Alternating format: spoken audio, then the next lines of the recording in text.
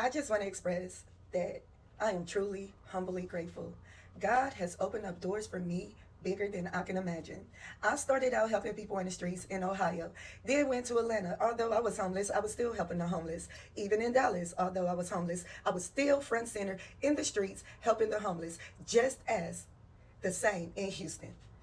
In the center of these streets. If I'm not feeding them, I'm advocating. I'm walking the streets, hour and a half, doing activism, speaking out for rights, not only for homelessness, but for mental health, and also veterans and people who just need housing, sanitation areas. I'm doing street interviews, women getting molested, how they are not protected. And I went to my first city council meeting in Atlanta when I lived there.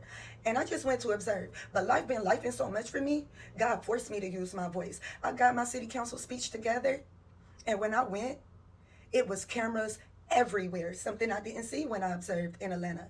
It was cameras everywhere.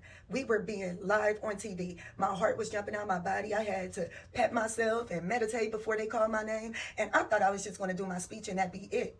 No, when I did my speech, presented evidence, the whole city council chamber's eyes were like, wow, who is she? They told me, don't go nowhere. Everybody clapped for me. I just could not hold it in. I got very emotional. I just busted out crying because in that moment, they said, honey, you are heard. You are supported, and we're going to show you direction. And afterwards, they held my hand and they prayed for me and they spoke life into me of being who they are looking for, and they are opening up new doors for me. This is something beyond surface level. This is just soul level of God blessing me for everything that I deserve. And I got a notification today about my books being sold. I am so humbly grateful. All my hard work and dedication of praying and working and being consistent, even on days I didn't want to just be consistent. I made myself, and it's all paying off, and I owe it all to the divine universe, God. I love life right now. I am so excited. Roger Zander, Jocelyn Lewis.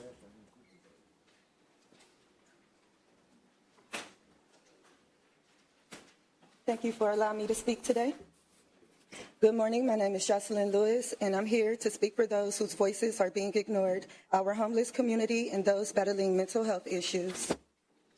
This is me in the forefront of helping others in the communities on our streets. Men and women are being denied access to restrooms. They are forced to wipe themselves in the open and sleep on bare concrete. Restaurants will not allow them in, and there are no sanitation areas for them to clean up or manage hygiene with dignity. This is inhumane. And this is a couple of interviews that I've done on the street. I've met with people who had to throw their tents away, the only shelter they had. They're being arrested simply for surviving. When we throw away their tents, we leave them sleeping on dirt and sidewalks like they are less than humans. Even worse, I've seen people released from hospitals in gowns, confused and not mentally well enough to take care of themselves or sign themselves out. Some are put back on the streets without any support. Some become a danger to themselves or others not because they want to be, but because they are sick and ignored. How can we work together to change this? Can we provide sanitation areas with toiletry and female products? Can we create real solutions with housing vouchers and mental health follow-ups? Can civil rights attorneys step up to protect our seniors and veterans, many of whom are still sleeping on the streets? Why are people eating out of dumpsters? These are human beings. We need funding, partnerships, and leadership that truly sees them. I've done street interviews. They're tired of being treated like animals. They want help. Our women are being sexually assaulted without protection.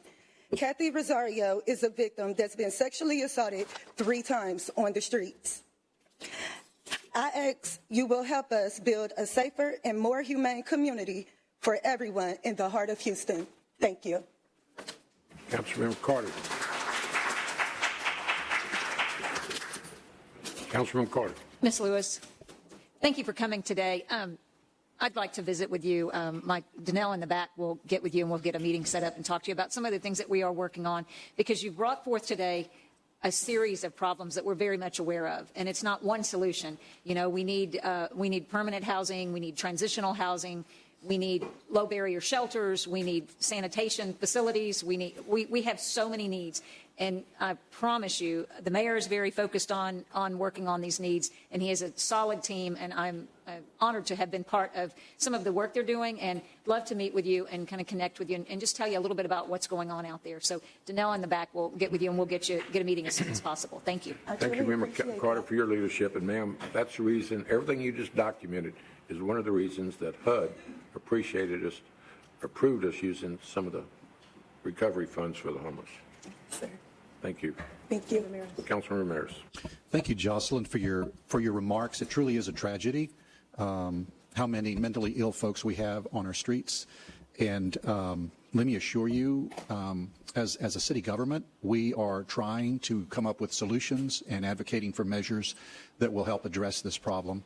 One of the things that came out of the legislative session was Senate Bill 1164, which will make it easier for us to move some of these folks who are mentally ill and at risk of suffering injury and harm into a hospital setting.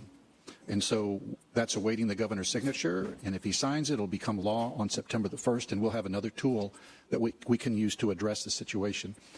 We had an extensive discussion yesterday in the Quality of Life Committee about homelessness and about the mayor's homelessness plan and how that is going. And we are making a lot of progress, but it still needs a lot of funding. And so we are dependent on our philanthropic organizations here in Houston and in the area to help us out. And we're working to see that is done. But you know, at the state level, we simply don't have enough state mental hospital beds, and we haven't for many years. And so that's one thing I think that Houstonians can do is to advocate with their state legislators to do something about that. We shouldn't have so many mentally ill homeless on our streets, and part of that requires a state solution. Part of that is beyond our control to address. But you hit upon a major tragedy in our city, and I appreciate your shedding light on it. Thank you. Thank you. I appreciate it. Councilor Davis.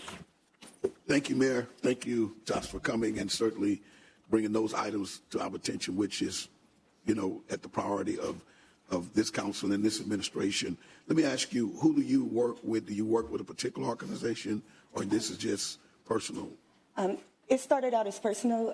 I just got a recent mentor, Ms. Monique Davis, with Women's Connection Incorporation. She helped women and children, but I'm more of in the streets, interviewing people, trying to see if I can get our elderly in nursing facilities, see if they have room, even in jails when it gets too hot or cold, at least they can get a meal or a place to stay for a few days, you know.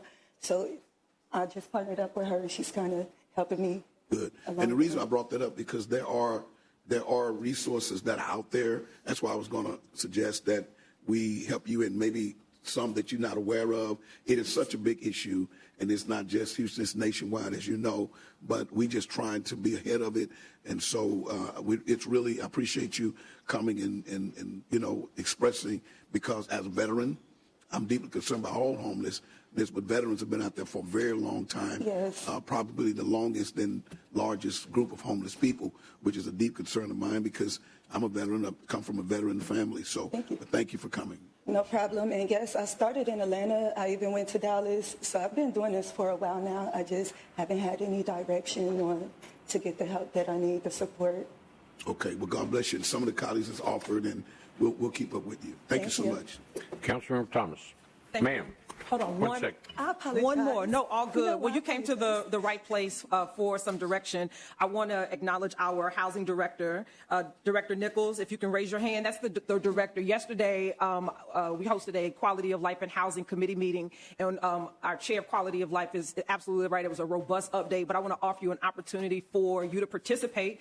There is a call for community leaders like you that are already participating in this work. They're looking at creating hubs where they can layer on services to existing frameworks. So you're in the right place. So all the work that you've been doing, and some said come down to City Hall and you listen, and I look at you, right? Miracles. So the director will be able to get you directly in contact with that group. They're going to host a meeting, and they want everyone who's doing this work of meals, hygiene bags. They want you in the conversation. So this is a wonderful opportunity for you to do that, and he'll make sure that you're connected. Okay? Thank you. We have hygiene bags in the car. We're about to go pass out. Perfect. Wonderful. Thank you. Thank you. Thank you, ma'am. Next. Mayra Mora.